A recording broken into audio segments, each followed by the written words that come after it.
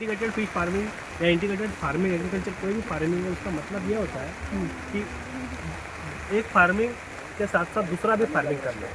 तो ताकि क्या होगी, क्या होगा कि एक फार्मिंग का दूसरे फार्मिंग में यूज़ होना चाहिए। मतलब इसमें कुछ वेस्ट प्रोड्यूस जो होता है वो वेस्ट को हम लोग यूटिलाइज करना है ताकि उसमें नया क्रॉप आप मिल सके।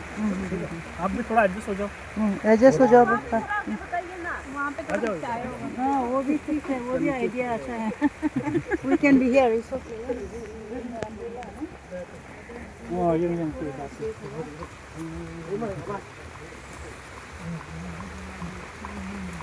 Nila yun, zakari. तो इसमें क्या होता है कि जैसे अभी इसको हम लोग फिश पॉन्ड के साथ साथ इसको रेन वाटर हार्वेस्टिंग यूनिट भी बोलते हैं, क्योंकि इसमें पानी हमारा रहता है। ठीक है, और जैसे इस पानी को हम लोग काफ़ी जगह में पूरा यूज़ कर रहे हैं, जैसे वेजिटेबल इसमें। ठीक है, अब यहाँ पे देखेंगे आपकी डक भी है और मुर्गी भी है, पोल्ट्री भी रखा है। क्यों रखा है कोई बता सकता है? कैसा?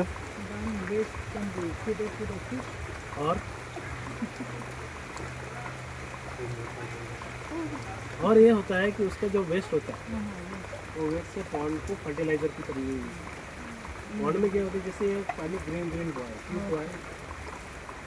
Okay. अलगी, अलगी के लिए क्या होता है, न्यूट्रिएंट चाहिए। अलगी की वजह से क्या फोटोसिंथेसिस होता है। अलगी को फिशरीज में उसको फाइटोप्लैंक्टन बोलते हैं, और उसको अलगी को खाने वाला छोटा छोटा कीड़ा, तो वो कीड़ा और अलगी दोनों को ही फिश, तो वो जो वेस्ट रहेगा, ये जैसे अभी डक है या मुर्गी है, इसका वेस्ट यहाँ पे यूज है। तो आपको क्या ना ऊपर से दाना देने का ज़रूरत नहीं है, कम दे सकता है या फिर नहीं भी देगा तो भी होगा, क्योंकि मछली को नेचुरली उसका खाना मिलता है। ठीक है, तो इसकी वजह से हम लोग इंटीग्रेटेड फिश कर देते। फिश का जो पोल्ट्री का जो वेस्ट है वो इसमें डायरेक्ट है। नहीं तो आपने बर्ड फ्लू बीमारी सुना है क्या? किससे होता है?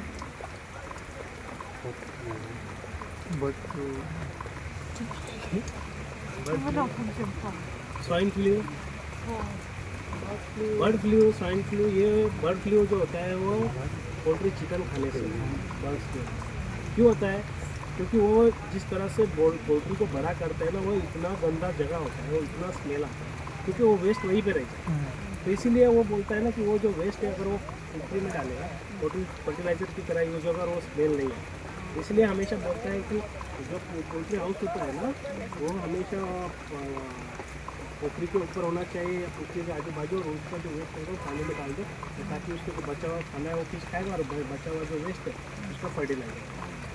तो ऐसा ही होता है, डक अगर पानी में जाएगा तो डक क्या करेगा, पानी का पूरा कीड़ा भी खाएगा, कीड़ा खाएगा, पानी में सफर रहेगा। कीड़ा भी मछली को छोटा छोटा मछली रहेगा तो उसको अटैक करता है, कीड़ा भी खाएगा। या फिर दूसरा मेंढक रहता है फ्रॉग, उसको भी खाएगा, तो उसका भी पॉपुलेशन कंट्रोल करने का काम करता है।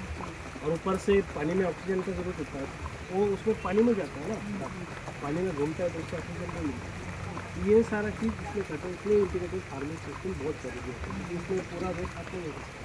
और इसमें ये जो पानी है, हम लोग बाकी जो वेजिटेबल्स इधर लगाए हैं, जैसे कैबेज है, ब्रोकली का बहुत कुछ लगाया हुआ है, ये आप देख लेना। उधर पाइनएप्पल भी है, उधर लेमन भी लगाया हुआ है, इधर मैंगो भी है, इधर ये ड्रैगन फ्रूट्स भी है, और उधर ये फिग भी रखा है।